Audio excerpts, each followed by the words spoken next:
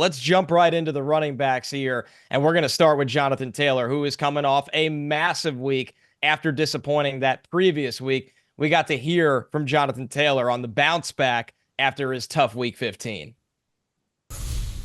For me, like I said, something like that last week that's something that's not common for me, and a mishap, something that it'll never happen again. But we just need to get the win. We got to keep that goal in sight. It's a chance. It's slim, but it's a chance. As you approached the goal line, were you thinking at all, just hold on to it? Just hold on to it? No. It looked like he had some fun with it, though. Oh, for sure. Yeah, I already had predetermined in my mind, no, next time I'm going all the way in the tunnel, for sure. And always optimistic and positive, Jonathan Taylor, and we're optimistic about him this week, Matthew. He cracks your top 10 because he's got the Giants, who have given up at least 17.8 fantasy points to a running back in 5 of their past 6 games. We know how bad the Giants have been overall, but Matthew, they've been especially bad to running backs in fantasy. Well, yeah, bad or good, depends on which way you look at it. Since week 10, no team in the NFL gives up more rushing touchdowns to opposing running backs than the New York Football Giants. So Jonathan Taylor, who should get a heavy workload in a game in which they're favored, a game in which they need, as Jonathan Taylor, friend of the podcast, referenced in that clip that we just played. Listen, they need this win. They're going to be playing all out. And the best way that the Colts move the ball is on the ground, whether it's with Anthony Richardson's legs or Jonathan Taylor's leg. I think both will be successful against the Giants. Remember, teams that face the Giants, again, since week 10, teams that face the Giants are averaging a league-high 28.5 running back rushes per game. And then, of course, Richardson is such a threat with his legs. Taylor is a top 7 running back for me this week. Yeah, Lawrence, you got to love not only, obviously, the matchup, but we should expect serious volume in this game where the Giants have just fallen behind so early in every game the last couple weeks.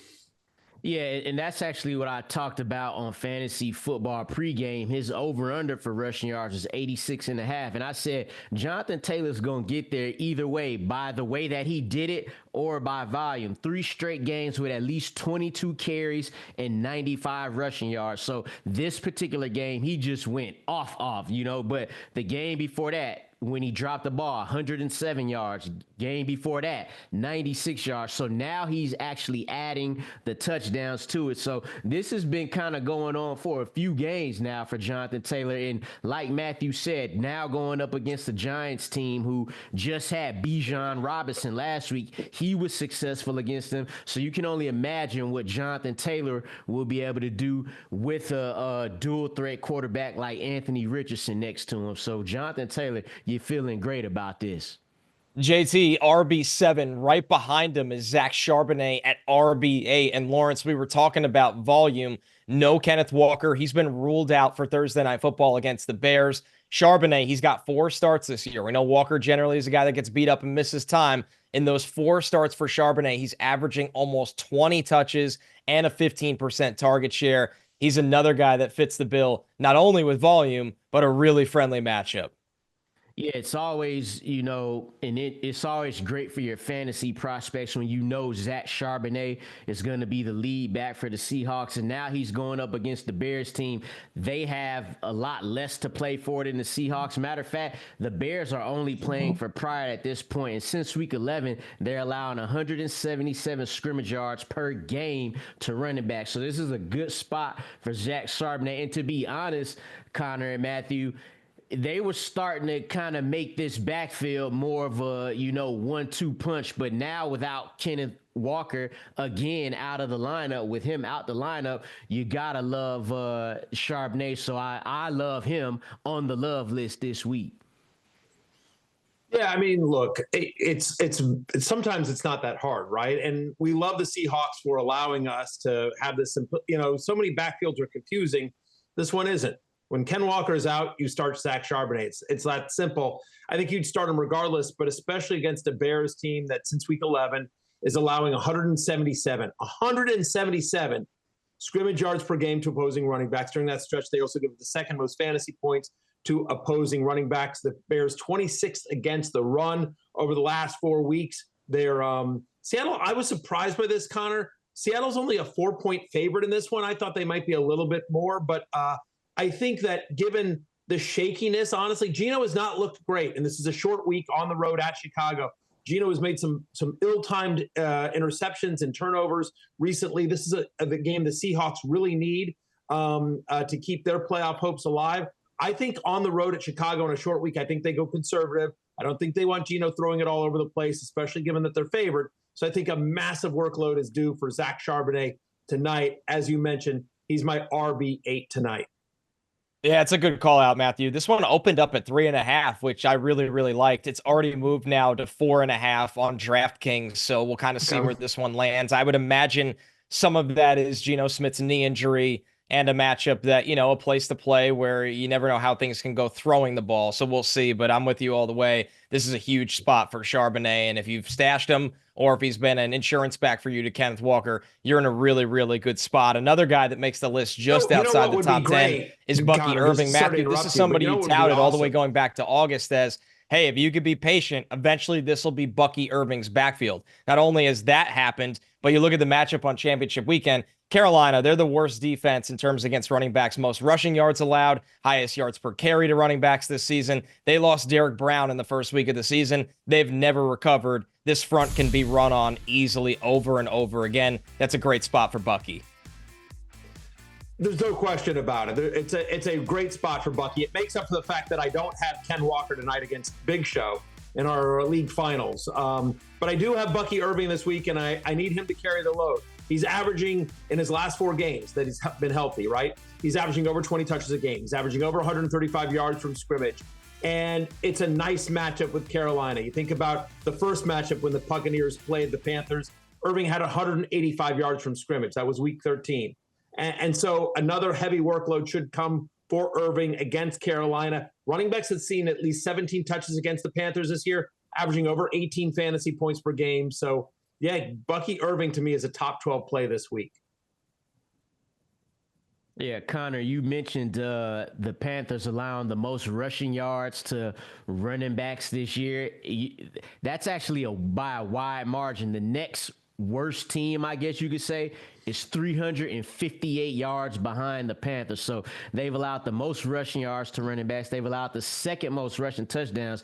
I love Bucky Irving in this matchup, and I even like Rachaad White because they've been playing 50% of the snaps the past couple of games. So you love Bucky Irving, like Rachaad White too. It's just it happens every week. James Conner just rode them for 166 scrimmage yards last week. So it's almost inevitable. And like you said, they haven't recovered from losing Derek Brown early in the season. How about some others receiving votes here, guys? Isaac Guerendo, we know that when he's healthy and without CMC, the rookie's been able to get enough work to be the guy over there. Alexander Madison, it's been a ping-pong backfield for the Raiders of guys being hurt, guys losing the job. Sincere McCormick comes out of nowhere. Now he's hurt. And we're all the way full circle back to Alexander Madison. He just makes the top 20. Tajay Spears, who's taken on a large pass-catching role, especially Tony Pollard's been banged up with an ankle injury. He's got the Jacksonville matchup in the same game.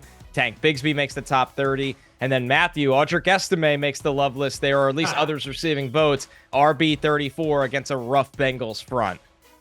Yeah, your boy Audric Estime. This assumes Jaleel McLaughlin will be out again. But last week with McLaughlin out, 53% of the running back rushing share, his second highest this season. You like the matchup against the Cincinnati Bengals defense. And obviously the Broncos are playing to try to clinch a playoff spot.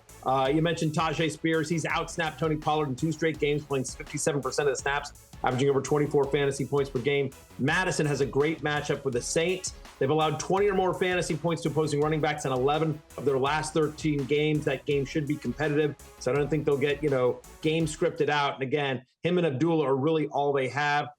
Usual caveats apply when you're talking about San Francisco running backs here, Connor. But Isaac Guerendo, again, assuming health, and I'm underlining assuming, but assuming health in his 2 games since CMC and Jordan Mason went on IR, he's averaging over 18 touches a game and basically an 11% target share. So the expectation here is that he is back healthy. Now it's the Monday night game.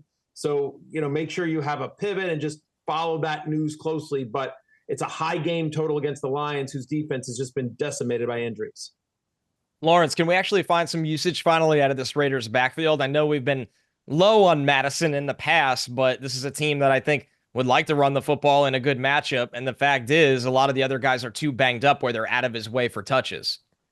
Yeah, it's crazy with the, you got Amir Abdullah, you got Alexander Madison, but now you're going up against the Saints team that's allowed they've allowed 20 or more fantasy points in 11 of their last 13 games. So like I said with Bucky Irving and Rachaad White just a few minutes ago, you kind of feel the same way here about Alexander Madison and Amir Abdullah going up against this Saints defense, who you just got a couple of teams, playing for or not playing for a draft position. The Raiders they're still trying to win. So definitely like Alexander Madison in this spot because of the matchup, and that's really where you look at it from.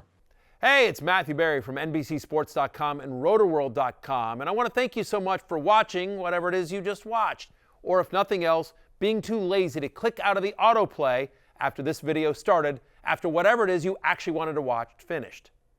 But now that you're here, I'd like to take a moment here to ask you respectfully now, okay? I'm asking you respectfully to subscribe to the NFL on NBC YouTube channel. You'll get the latest Roto-World fantasy news headlines, all sorts of great shows, including my own Fantasy Football Happy Hour. So go subscribe now. Again, I'm asking respectfully.